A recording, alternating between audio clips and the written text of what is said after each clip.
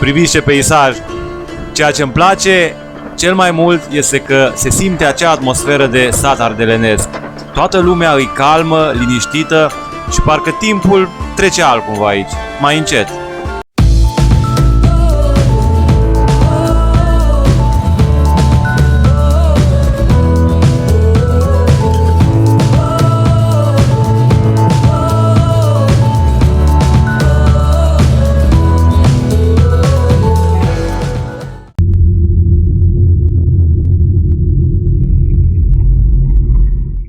Salutare, oameni frumoși, eu sunt Mihai și bine ați revenit pe canalul meu pe Going for Adventure. Atât eu cât și motocicleta ne-am refăcut rănile. Pentru că știți, din episodul trecut am avut un mic accident cu motocicleta. Am căzut de vreo 3 ori când am fost în fundătura ponorului. Dar acum suntem bine. Mie mi-au trecut vânătăile, iar motocicleta nu mai are nicio zgârietură. Am reparat-o și pe ea. M-am gândit să merg în probabil una dintre cele mai frumoase comune din Transilvania și de ce nu din România. Este vorba de comuna Rimetea din județul Alba, comună aflată la poalele munților Trascăului. Este vizitată în fiecare an de mii de turiști datorită arhitecturii sale unice. Toate casele din acea comună sunt vopsite în alb și au fost recondiționate, deoarece în anul 1870 a avut loc un incendiu de proporții, iar minerii care locuiesc în acea zonă au început să recondiționeze casele și prin 1999 acestea au fost finalizate, iar astfel a apărut această comună unică, ca să spun așa. Tot acolo se află și Piatra Secuiului. Este vorba de o stâncă imensă care răsare pur și simplu din spatele satului, oferindu-i acestuia o frumusețe aparte.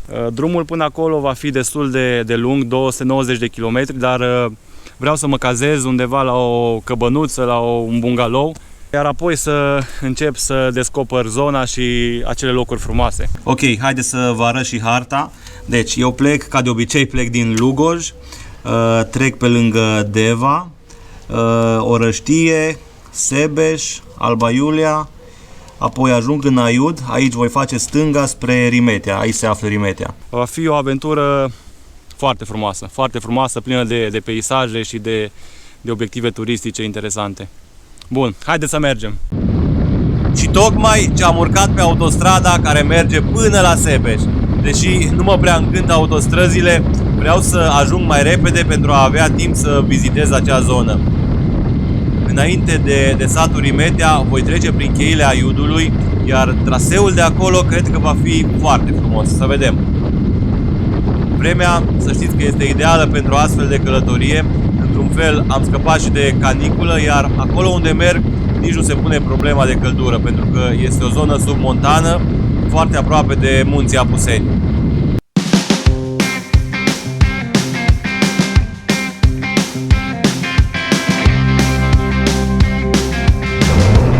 Uitați, de acolo încep cheile Aiudului.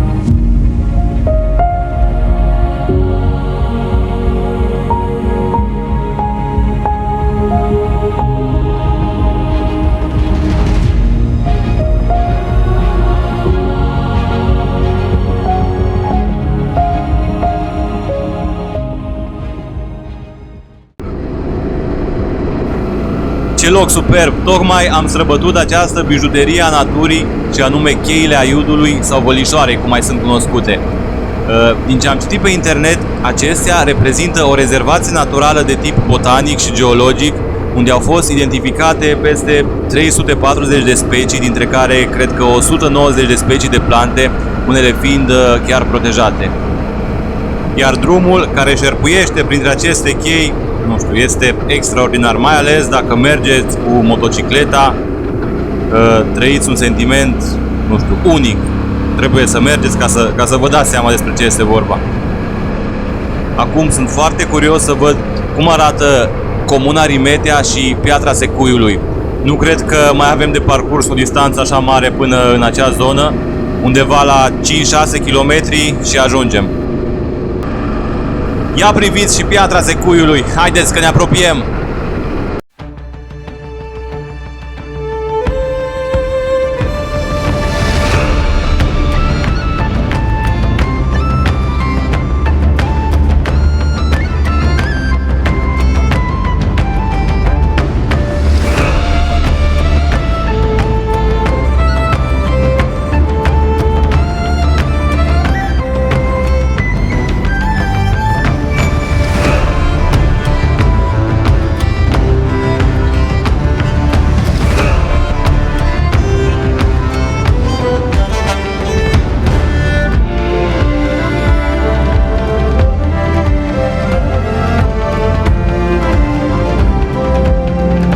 Iată-ne că am ajuns și în Rimetea, satul secuiesc de la poalele Pietrei Secuiului. Denumirea acestei stânci vine în urma unei invazii tătare, când secuii din sat au fost nevoiți să se refugieze pe munte. În partea nordică a masivului se află și ruinele unei cetăți medievale, Colțești se numește, care a servit drept adăpost secuilor. Vedeți că toate casele sunt albe și sunt construite după același tipar. Aici cred că este și centrul comunei și o parcare, văd în dreapta. Aici îl și parchez pe Olix să văd unde. Caut un loc mai umbros, să nu stea în soare, că nu e ok. Iar aici văd un bazin sau un loc în care oamenii își spală covoarele. Nu am mai văzut de mult așa ceva. Uitați, aici cred că și parchez pe Olix. Poate aștepta cu minte până eu merg și vizitez zona. Priviți ce peisaj! Ceea ce îmi place cel mai mult este că se simte acea atmosferă de sat ardelenesc. Toată lumea e calmă, liniștită și parcă timpul trece altcumva aici, mai încet.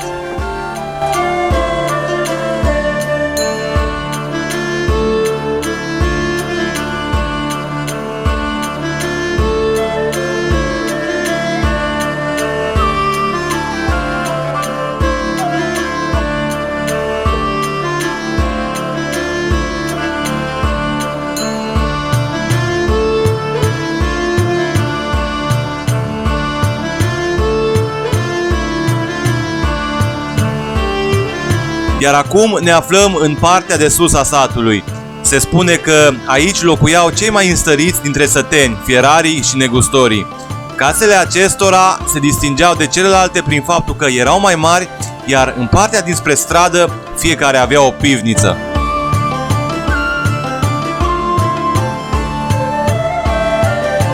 În Rimetea ai senzația că te-ai teleportat într-o altă țară, nu știu, undeva prin Alpii elvețieni. Localitatea este de o frumusețe răpitoare. Acum, nu știu dacă este cel mai frumos sat din Transilvania, cu siguranță mai avem și alte sate frumoase, cum ar fi Biertan, Viskri și multe altele, dar este în topul listei.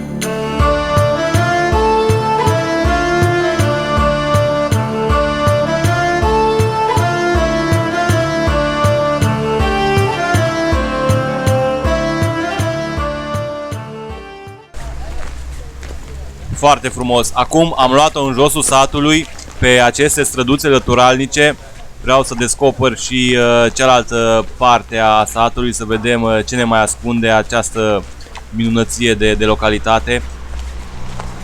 Aici, la Rimetea, sunt aproximativ 200 de clădiri tradiționale, iar cea mai veche casă din sat este casa unui miner, construită în 1668 și renovată după 2004. Pe unele porți încă se mai văd plăcuțe înfățișând diverse obiecte, cum ar fi scară, găleată, lopată, care respectiva gospodărie contribuia la efortul colectiv în caz de incendiu.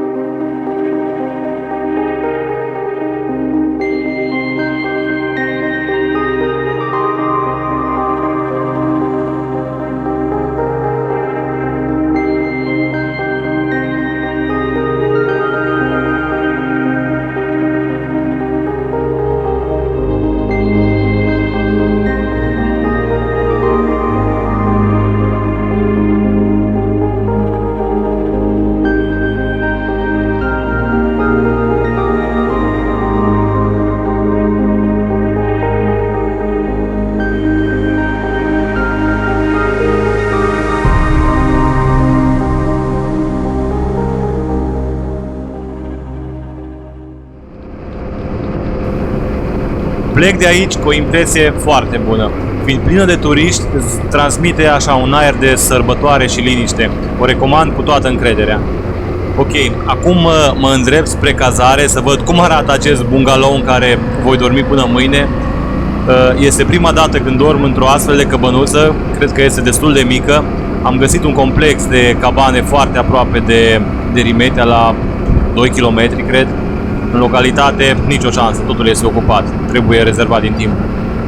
Acum 10 minute am avut parte și de o ploaie scurtă de vară, că doar așa e la munte, nu?